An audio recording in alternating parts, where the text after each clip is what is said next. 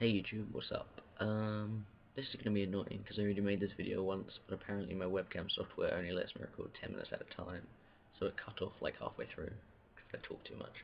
I also talk really quickly, and I apologize for that. I can barely understand myself when I watch it back.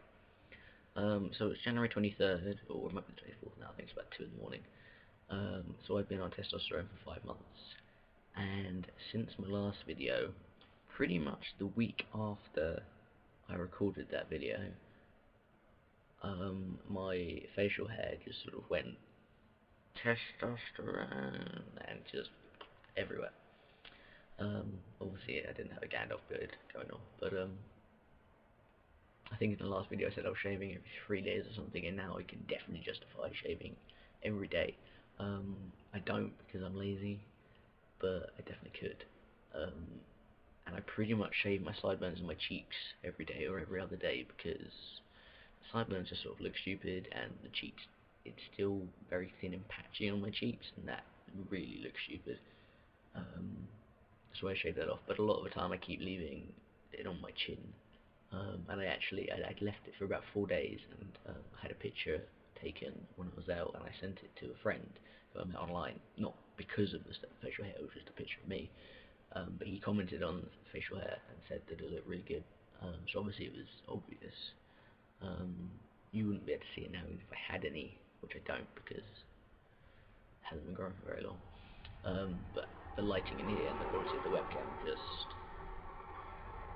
I live next to a train track. I presume you can hear that. Sorry.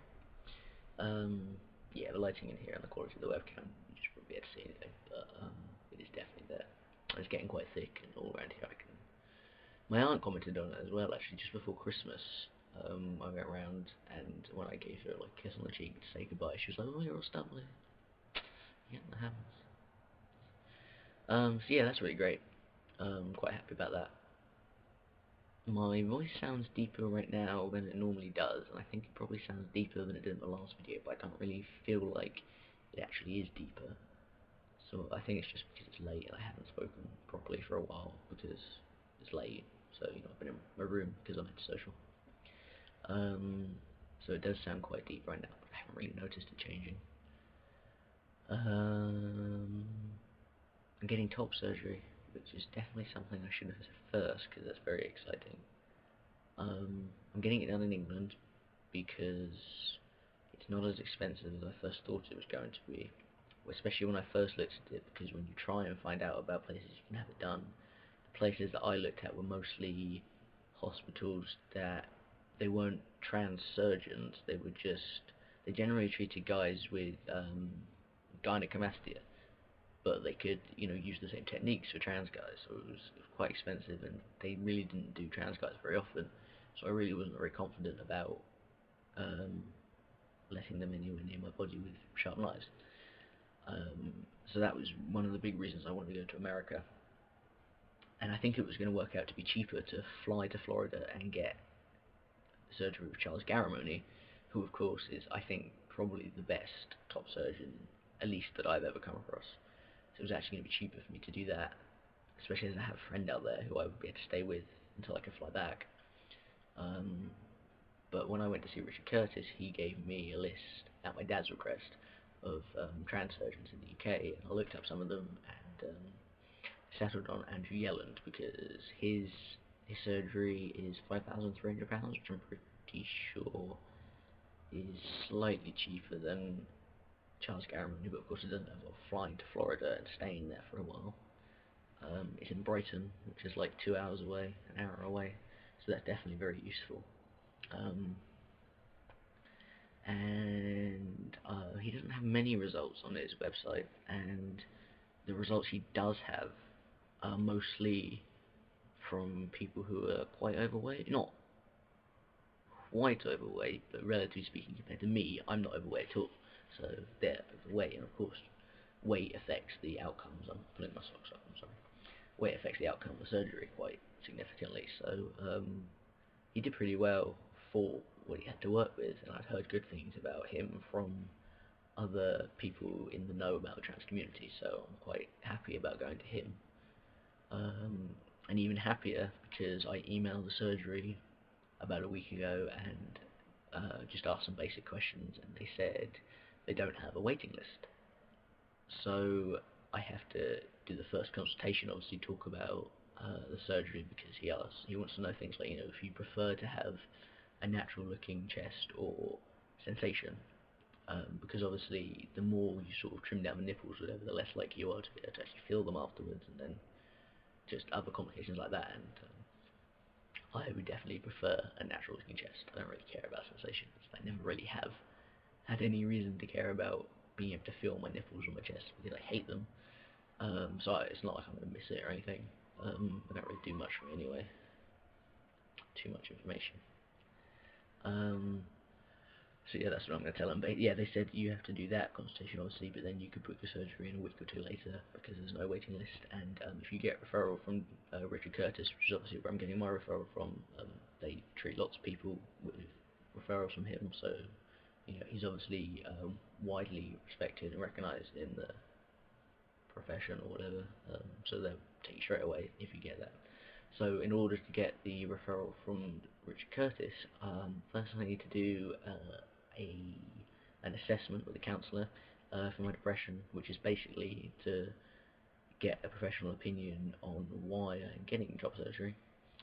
Is it because my life sucks and I think this will make it better, or is it because my life has been going great since I started transitioning and I think this will make it even more great? But it's definitely the latter, and I'm not worried about that at all, because I'm going to go see my old counsellor, the guy I saw when I was 17, for about 9 months. And I got on really well with him, so it's really great that I get to see him again. So he'll be able to say not only am I in a good place, but he'll be able to do it quickly because he's seen me before, and he'll also be able to say he's in a much better place than what he was before he started testosterone. So testosterone has obviously done good things for him, transition is going well for him. The next step in the transition is a logical step, to get top surgery if that's what I want. So I'm definitely feeling confident about that. I did leave it just very much to the last minute. I think it was about November that I saw Richard Curtis, and I didn't call my counsellor until this week, in fact, earlier this week, because I am a complete slacker. So it's a bit last minute, so it's a good job that he's not going to have to see me quite as many times as a new person would in order to get the full story. So I'm definitely pushing for time, and I'm definitely being a complete idiot, and my hair looks really stupid right now. Sorry, I need to get a cut. But I'm really hoping to get the surgery done in February half term, which I believe is the last week of February, or the second to last week of February. I should really check that.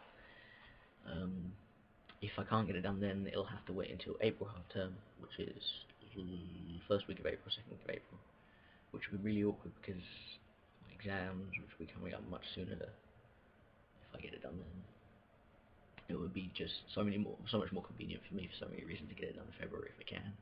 And I don't really want to get it done anytime during term time, because I would have to take a few days off, and I would get nagged to hell if I did that because my attendance is so bad. And I'd have a lot to catch up on, and I wouldn't have proper functional use of my arms for like 3 weeks, and I wouldn't be able to do any sort of exercise for like 6 weeks, and they're probably still going to be sore and whatever.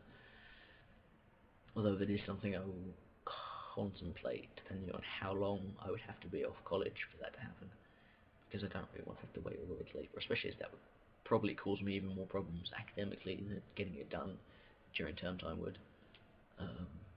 And I can't leave it till afterwards, because there's no way I'm going to wait until the summer. I need to have it healing for a while before I go to university, and hopefully I'll be going to university in September.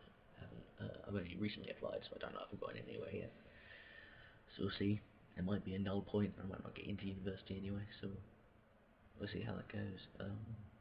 I'm at 9 minutes now, so I'm going to have to finish quickly, because I can only record 10 minutes.